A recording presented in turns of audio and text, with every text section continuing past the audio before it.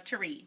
Today, I'm Mrs. Reece in first grade at Anween Elementary, and I'm reading one of my favorite Christmas stories, How the Grinch Stole Christmas by Dr. Seuss. Get cozy.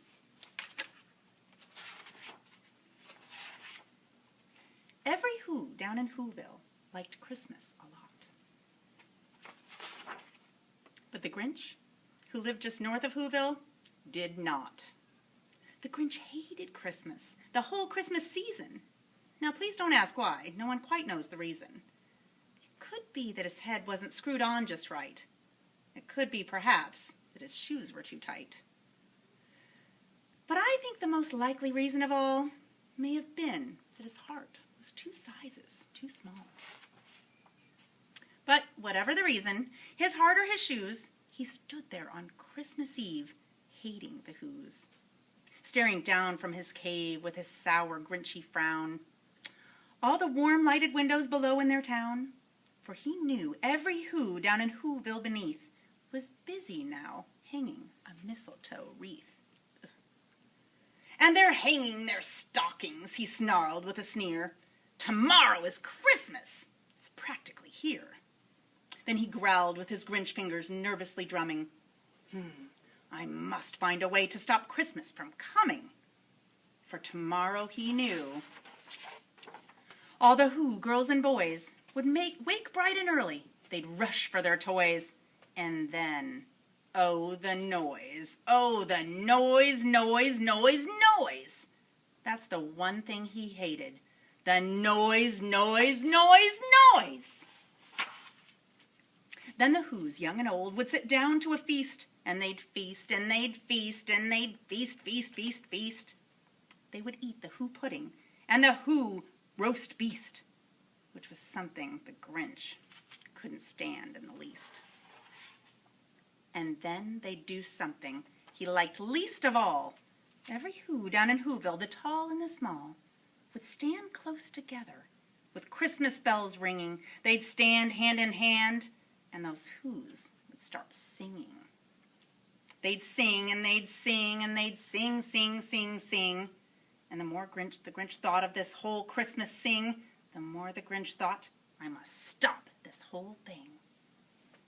Why, for 53 years I've put up with it now. I must stop Christmas from coming. But how? Then he got an idea. An awful idea. The Grinch got a wonderful, awful idea. I know just what I'll do, the Grinch laughed in his throat. And he made a quick Santa Claus hat and a coat. And he chuckled and clucked. Ha ha, what a great Grinchy trick. With this coat and this hat, I look just like Saint Nick. All I need is a reindeer. And Grinch looked around. But since reindeer are scarce and there's none to be found, did that stop the Grinch? No. The Grinch simply said, if I can't find a reindeer, I'll make one instead. So he called his dog Max, and then he took out some red thread, and he tied a big red horn on top of his head. Then he loaded some bags and some empty old sacks on a ramshackle sleigh, and he hitched up old Max. Then the Grinch said, "Giddy up!" And the sleigh started down toward the homes where the Whovilles lay a snooze in their town. All the windows were dark. Quiet snow filled the air. All the Whos were all dreaming sweet dreams without care. When he came to the first little house on the square, "This is stop number 1, the old Grinchy Claus hissed." And he climbed to the roof, empty bags in his fist. Then he slid down the chimney, a rather tight pinch. But if Santa could do it, then so could the Grinch. He got stuck only once for a moment or two. Then he stuck his head out of the fireplace flue, where the little Who's stockings all hung in a row.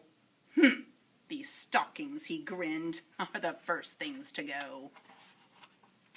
Then he slithered and slunk with a smile most unpleasant. Around the whole room he took every present. Pop guns and bicycles, roller skates, drums, checkerboards, tricycles, popcorn and plums. And he stuffed them in bags, and the Grinch very nimbly stuffed all those bags, one by one, up the chimbley. Then he slunk to the icebox. He took the Who's feast. He took the Who pudding. He took the roast beast. He cleaned out the icebox as quick as a flash. Why, that Grinch even took the last can of Who hash.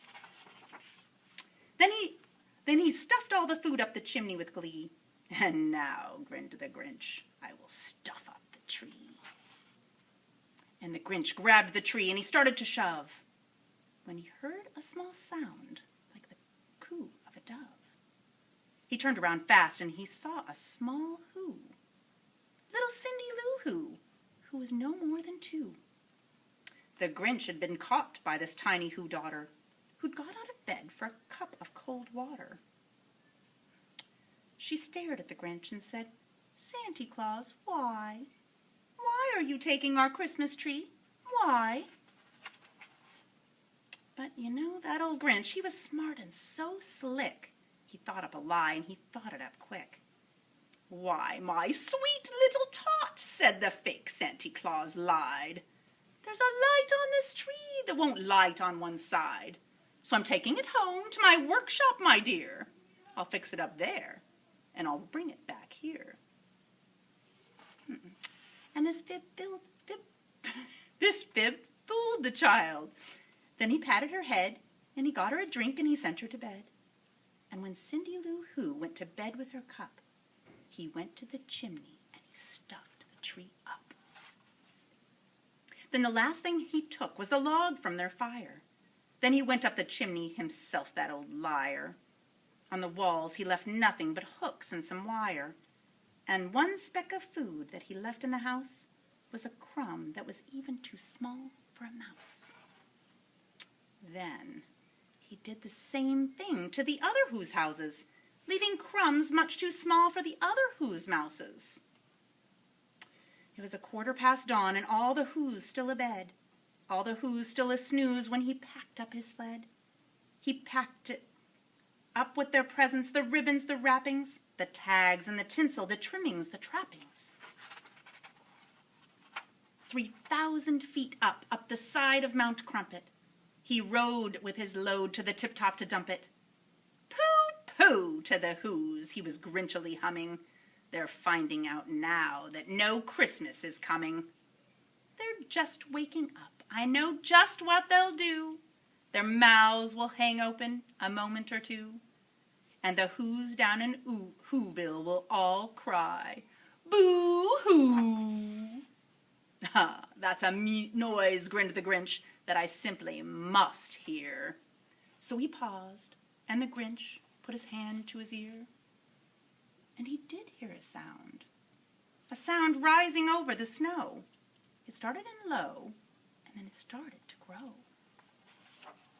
But the sound wasn't sad. Why, that sound sounded merry. It couldn't be so, but it was merry. Very. He stared down at Whoville. The Grinch popped his eyes. Then he shook. What he saw was a shocking surprise.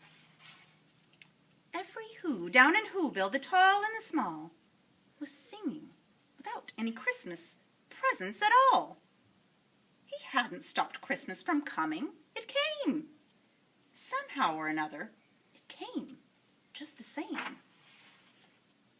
And the Grinch, with his Grinch feet ice cold in the snow, stood puzzling and puzzling.